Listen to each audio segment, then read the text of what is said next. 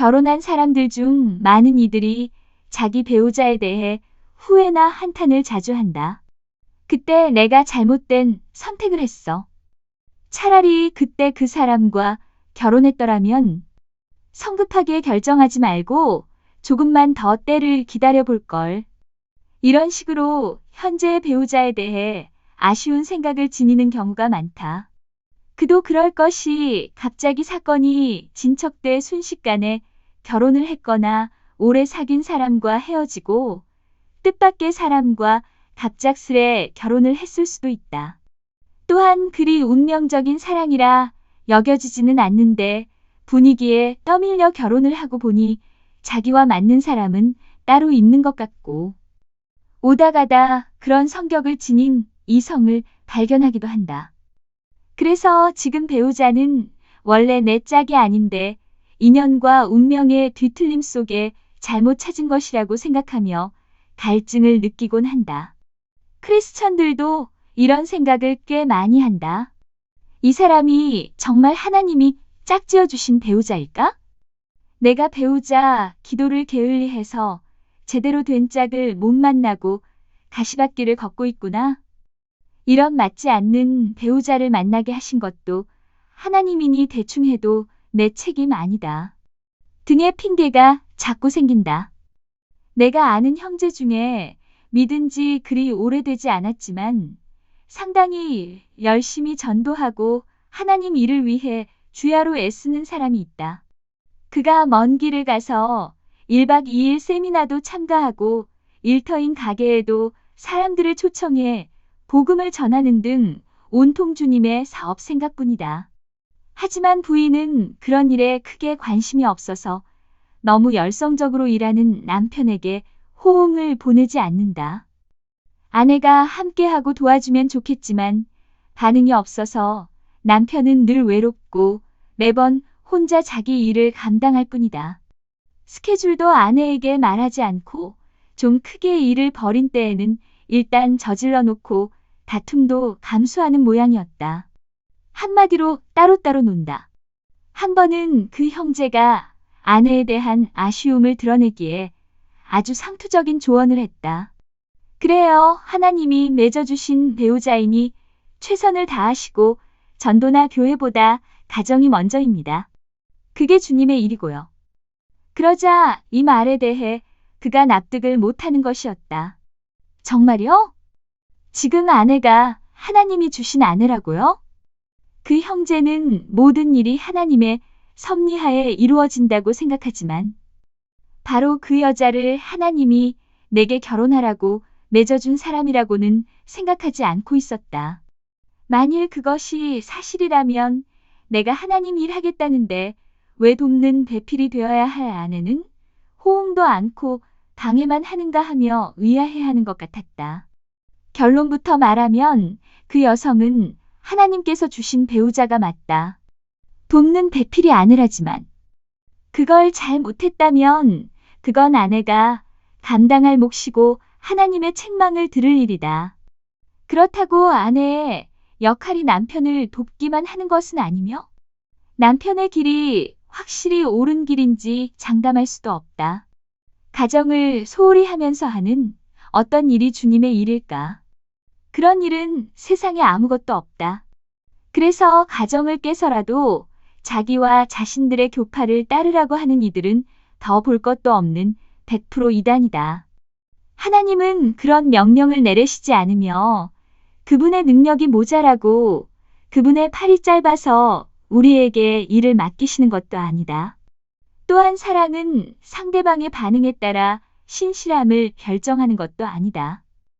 배우자가 못마땅하다는 사실이 나의 불성실에 정상 참작이 되지 않는다는 이야기다.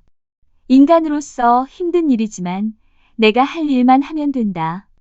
구약의 이스라엘 백성은 하나님의 아내이며 우리 신약 성도는 예수님과 정혼한 처녀 신부이다. 우리는 그리스도와 아직 결합하지 못했지만 결혼의 효력이 이미 발생한 관계이다. 그래서 아직 예식도 올리지 않은 요셉이 마리아의 임신 사실을 알고 끊으려 하자 주의 천사가 말하는 것이다. 내 아내 마리아 취하는 것을 두려워하지 말라. 이미 마리아는 내 아내라는 것이다. 그런데 이스라엘 백성은 하나님의 아내로 그 역할을 잘 감당했는가? 늘 도망다니고 청개구리처럼 말을 듣지 않았으며 다른 남편을 찾아 음행을 일삼았다. 우리 신약 성도는 어떤가? 예수님과 이미 정혼했지만 우리의 삶은 망몬과 각종 다른 남편, 우상으로 가득하며 부족하기 이를 데 없다. 그러나 하나님과 예수 그리스도는 영원히 그 관계를 깨지 않으신다. 아내와 신부의 역할을 우리에게 주시는 이유는 우리도 삶에서 각자의 배우자를 그렇게 대하여 한다는 것을 말씀하시는 것이다. 세상은 결혼을 위해 여러 상대를 만나는 것이 당연하다는 듯 말하지만 사실 결혼은 일찍 하는 것이고 이 사람 저 사람 실컷 사귀어보고 저울질하는 것도 아니다. 그래봐야 안 맞고 갈등하기는 마찬가지다. 자족하고 서로 맞춰가야 한다. 사람들은 젊은이들에게 조언한다. 많은 사람을 만나보고 잘 고르라고. 만나봐야 사람도 알고 올바른 선택도 할 수 있다고 말이다. 그래서 지금 세상이 이렇게 되었는가? 문제는 그것이 아니다. 우리의 불순종과 결혼에 대한 무개념, 무책임 때문이다. 하나님께서 우리의 배우자를 지정하셔서 100번을 연애하고 결국 그 사람을 만나게 된다는 의미는 아니다. 하나님이 우리를 위해 어떤 배우자를 예정해 두셨다거나 반드시 그 사람과 만나게 된다든가 하는 이야기는 섣불리 단정할 수 없을 것이다. 그보다는 하나님께서 모든 변수에도 불구하고 둘이 결혼으로 서약하고 한 몸이 되면 그때부터 그들을 하나로 보신다고 하는 것이 맞겠다. 바로 그때부터 그들은 하나님이 맺어주신 부부로 사는 것이다. 말하자면 돌고 돌아 결국 만난 운명적 지정인이 아니라 그렇게 관계가 맺어진 때로부터 하나님의 결혼에 대한 명령에 맞게 살아야 한다는 것이다. 하나님은 우리에게 누군가를 콕 집어주시지 않는다. 그것은 우리의 자유의지를 무색하게 만드는 일이다. 우리의 결혼을 향한 하나님의 뜻은 딱 한 가지가 아니다. 어떤 선택을 하든지 최대한 정결한 상태에서 배우자를 빨리 결정하고 그때부터는 하나님의 뜻에 순종하는 것이다. 우리가 어떤 봉사를 할 때 그것은 하나님이 내게 맡기신 일인 동시에 내가 선택한 일이 된다.